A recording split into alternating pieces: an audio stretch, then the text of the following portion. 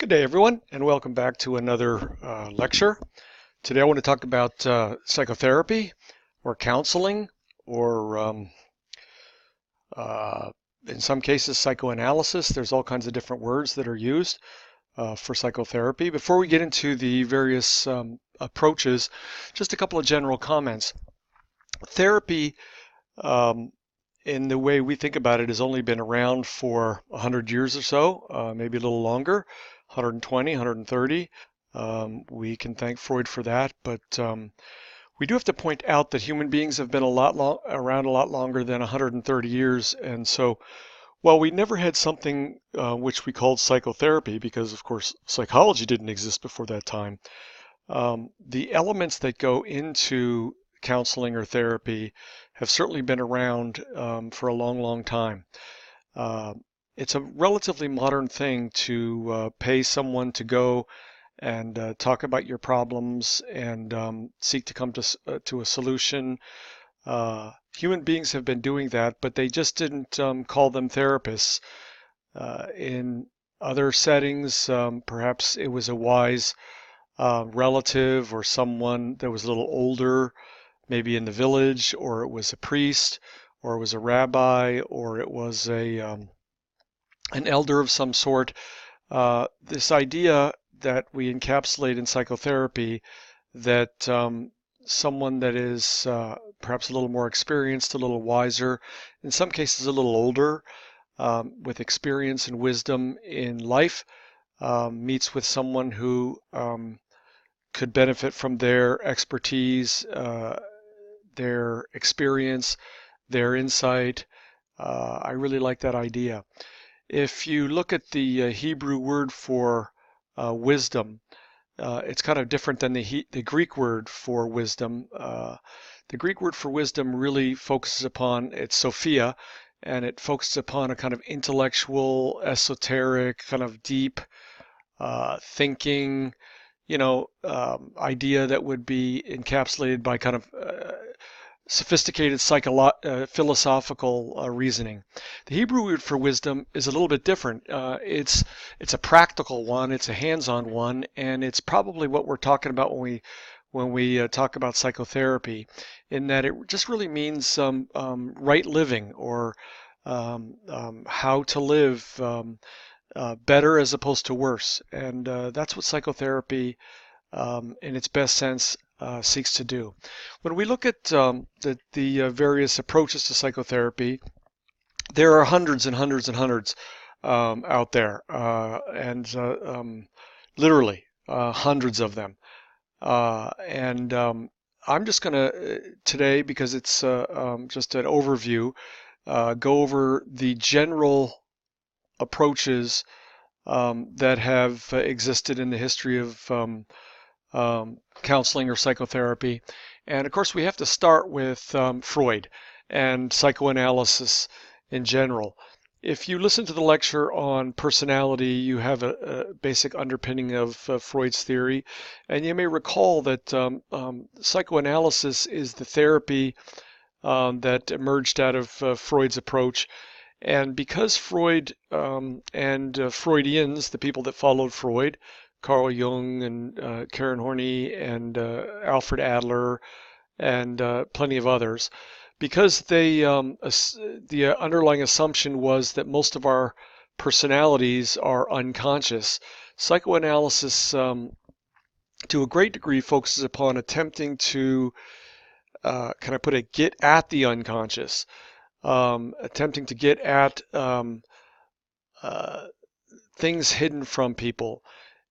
Because the assumption would be that if you're struggling with anxiety or depressed or whatever it is, that the root of that is probably unconscious. So for Freud, the idea is to come to the person and look for the repressed feelings or experiences or whatever it is, and by talking through that and reframing it to give the client or the patient insight. Now we'll get to that in a second, but one of the things that Freud spoke about was that in any kind of therapeutic relationship, there's always going to be resistance. And this makes a lot of sense to me. Resistance would be just this idea of that we resist revisiting trauma. We resist trying to. Most of us do, not all of us do, but we resist dealing with situations and experiences and events that are anxiety laden, and no wonder. Um, I don't like to feel anxious. You don't like to feel anxious, and so we resist it, and we our egos, which is the part of our personality that navigates and mediates between reality and the rest of the personality, doesn't really uh, want to enter into information that's negative, that's anxiety producing, that's disturbing, that's disrupting. And so Freud says that the overcoming of resistance is a pretty significant task of the therapist in conjunction with the person that they're doing therapy with. So if you have that idea, and now to me that makes sense. When I hear something negative about myself, or when I sense that there's something not right, um, it seems plausible to me that my mind and my behavior seeks to avoid that and clean it up, deny it, push it down, all those kind of defense mechanisms that Freud talked about the ego engages in. The task of the psychoanalyst is to bring their expertise, knowledge, wisdom, experience to bear on the particular client or patient's situation. And there's a big assumption here is that they have the capacity and ability to, gain insights and pursue and to point out things that are wrong or different. So that's what the psychoanalyst really does. It's an analyst, someone that is analyzing, and particularly in this case, they're analyzing you, your emotions, your anxieties, your resistances, and so on. A third concept that's pretty important in psychoanalysis is this idea of transference and then countertransference. Freud postulated the fact that in a therapeutic relationship, let's say I go to a psychoanalyst and I have, it turns out I have some issues with my dad, and my therapist is an older man. Well, transference would just be the idea that I begin interacting relationally with my therapist as if he is my father. Now, consciously, I know it's the therapist, it's not my father, but the emotional dynamics of my father relationship get transferred onto the therapist. And so Freud did not see this as a bad thing. He saw it as an almost an opportunity to work through these disordered feelings, emotions, memories, almost as if the therapist stands in the place of this person that I have conflict with. Countertransference would be less helpful. This would be when the therapist transmits their feelings onto the client. And Freud certainly alluded to that, but Freud would see transference itself as part of the process. It's part of how the relationship should go, and by virtue of that, allows the person to kind of enter into that past relationship in the present. Humanistic therapy is one that emerged in the 1960s. Again, if you recall their previous lecture we had on personality, Carl Rogers is probably the dominant person in humanistic therapy. And Rogers, when Rogers comes on the scene, he really changes everything. Prior to Rogers, in the 1960s and 70s, therapy, psychotherapy or psychoanalysis or whatever kind of therapy was strongly based upon the medical model. And the medical model would be this. You have the doctor, who's the expert, who's the person that's supposed to fix you. Just like I go in with a cold, the doctor should diagnose my disease, give me the treatment, and cure me. And that's how therapy worked. You're a sick patient. You're anxious, you're depressed, you're this. You go into the doctor who is so wise and understanding and has knowledge and tells you what's wrong with you and fixes you. Along comes Rogers and he says that model is nonsense. Rather, Rogers' approach was one he called client-centered therapy. So according to Rogers, it's very, very important for the therapist not to give advice.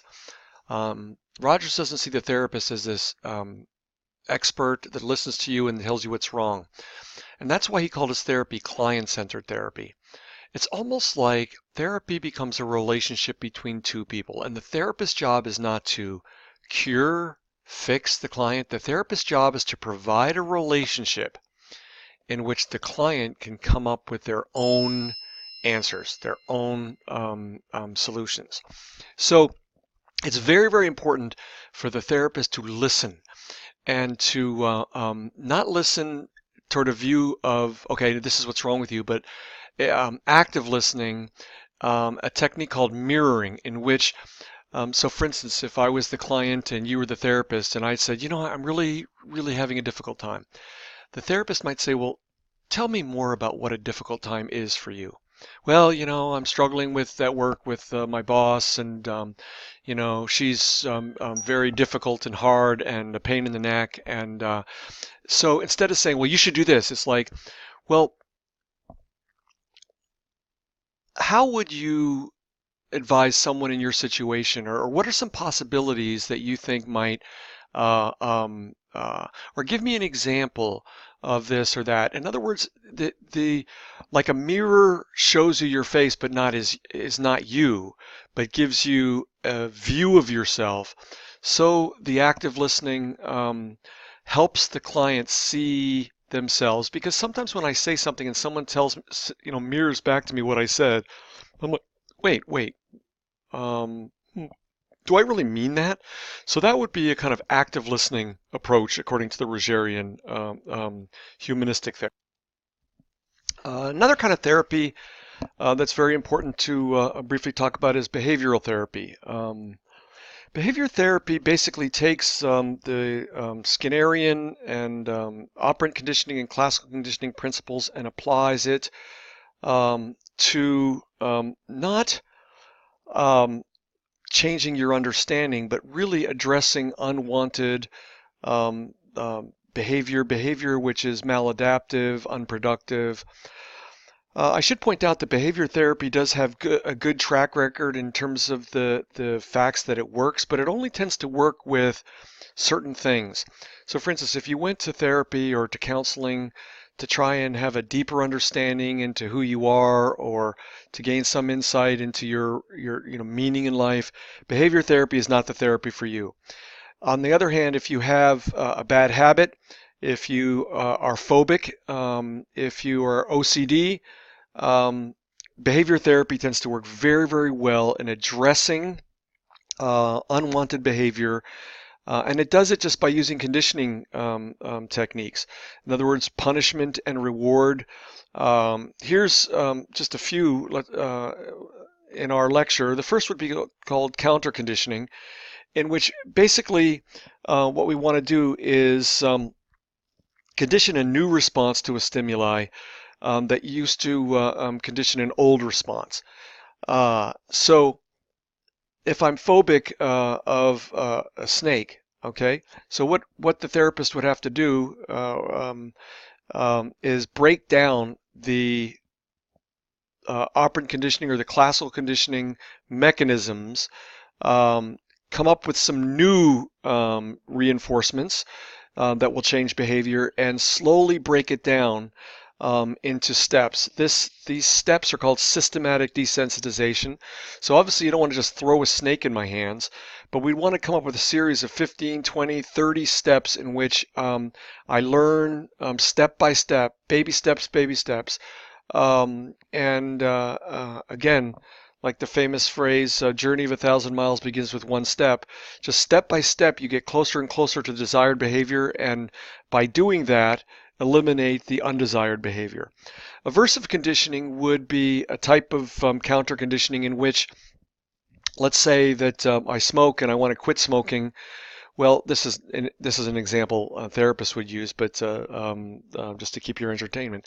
Let's say you got a really, really thick rubber band and put it around your neck, and every time you had the urge to smoke, you snapped it as hard as you could, and that gave you huge pain. The idea here is we want to connect the urge to smoke, not to all the positive things you might attach to it, but to negative things. Um, so those are some example of behavior therapy.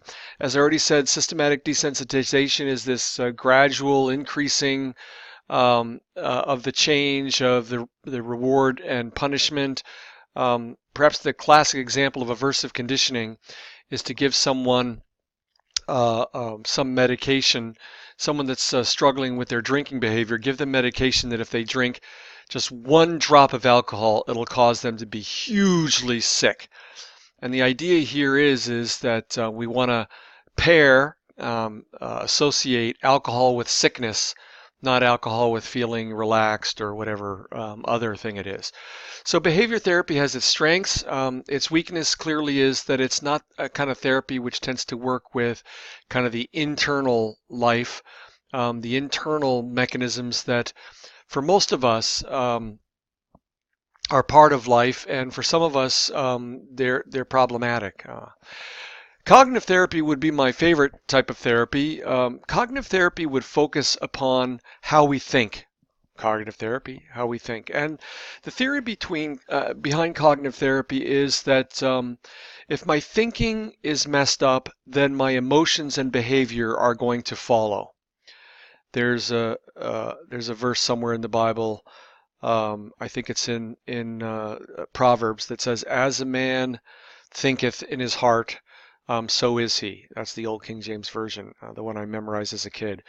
That's the idea of cognitive therapy. Now, if you can change the way you think about yourself, the way you think about your world, the way you think about your relationships, not that you manipulate and lie to yourself, but cognitive therapy would say this: if you have accurate, truthful information, you see the world, you see yourself, you see other people in light of what actually is, namely the truth, your emotions and your behavior are going to be way healthier than if you believe lies about yourself, lies about the world. Um, um, because untruth, according to cognitive therapy, would lead to skewed emotions and skewed behavior. If I could give you an example, so I spent the summer um, um, at the Albert Ellis Institute in New York. It's a cognitive therapy center, and Albert Ellis, who was the founder of a particular kind of cognitive therapy, he gave a great example, and it always has stuck in my mind. He said, "Okay, let's say that you're dating someone or going out, whatever you call it, and you really are crazy about them, and you're really in love with them, and you begin to tell yourself, oh, I can't live without this person. And even, we all know the songs, I can't live if living is without you. I can't live. You know how that is. Or you write poetry, life without you would not be worth living, ode to. But anyway, subtly you tell yourself, if this person isn't in my life is not worth living. And then they dump you. Well, Ellis says it wouldn't be all that surprising if you're kind of suicidal, because what you have believed is life isn't worth living without this person. Now, no one likes to be dumped, but it's much better to say to ourselves like this: hey, I'm in love with you. Life seems really good when you're in my life. If you did dump me, I would be sad. Not just moderately sad, I would be really sad. It would take me a while to get over it. I would get over it eventually. There would be a big gap in my life, but I would go on. And I may never find someone that I match as well as you, but life would still be worth living. Now, you may think we're playing games here, but cognitive therapy would simply say that that's a realistic view It doesn't say, well, if you dump me, I wouldn't care, but I'd get over it, in a day. I'd change my Facebook status and, I'd move on. Nah, that's probably not. Cognitive therapy would say um, our faulty thoughts are what's making faulty behavior and faulty emotional responses. So cognitive therapy is very much about talking about how you think. So here's an example. You lose your job, and if you tell yourself, okay, I don't have a job, I'm worthless, I'm hopeless, I'll never get a job, you're going to be depressed. On the other hand, you lose your job. Okay, now you could say, my boss is a jerk, I deserve something better, that was a good job. Now, if your boss is a jerk, you should tell yourself that. If it was not a great job, you're not going to be depressed. Let's say it was your boss isn't a jerk. Saying my boss is a jerk is not going to help you. But that was a really good job. I lost it, but I got that job. I can go on and get another one. Now you may be sad and depressed and have to struggle to pay your bills for a while, but that is the idea. Is that our thoughts, our thinking processes, are what we try and affect during therapy. And the idea is if you fix those and align those more with the truth, then your behavior and your emotional responses are going to follow. I want to just briefly talk about biomedical approaches because clearly a lot of people that go for therapy these days um, get medication. And again, I don't know what you think about drugs. There are antidepressants, there are anti-anxiety drugs, there are antipsychotics, and so on and so forth. I'm a little conflicted about this. I certainly think that drugs can be hugely helpful. I have seen people be very, very depressed and start to take an antidepressant, and it's hugely helped them. To give you an example, lithium is a drug which is the go-to drug to treat bipolar. And I know several people with bipolar, and the lithium gives them an opportunity to have almost a relatively normal existence. So I am a big fan of using pharmacology when it's beneficial. My one, and I know I'm editorializing here, my one, I guess, big pause here is that the American way sometimes to fix problems is to go the shortcut. We have fast food, we have fast cars, we want everything now. And so my one concern is that drugs sometimes are prescribed almost immediately when really I think sometimes a drug can just help me feel better, but it doesn't really go to the source of why I'm depressed or why I'm anxious. And so I think the ideal thing here is let's say I'm really, really anxious and I go to a psychiatrist or whatever and I get an anti-anxiety. Well, that may be really, really helpful to allow me to cope. But I would say that it's probably ideal for me not just to give up and just deal with my anxiety by taking drugs, but maybe engage in some therapy in which I talk about why it is maybe I'm so anxious in this or that situation. Maybe some cognitive therapy or some behavioral therapy or even humanistic, something that goes along with that. Thank you so much for your attention. I really wanted to keep this lecture shorter. There's so much more, obviously, in your reading than I was able to cover, but at least this gives the highlights. Have a good day, and we'll see you in the next lecture. Thank you.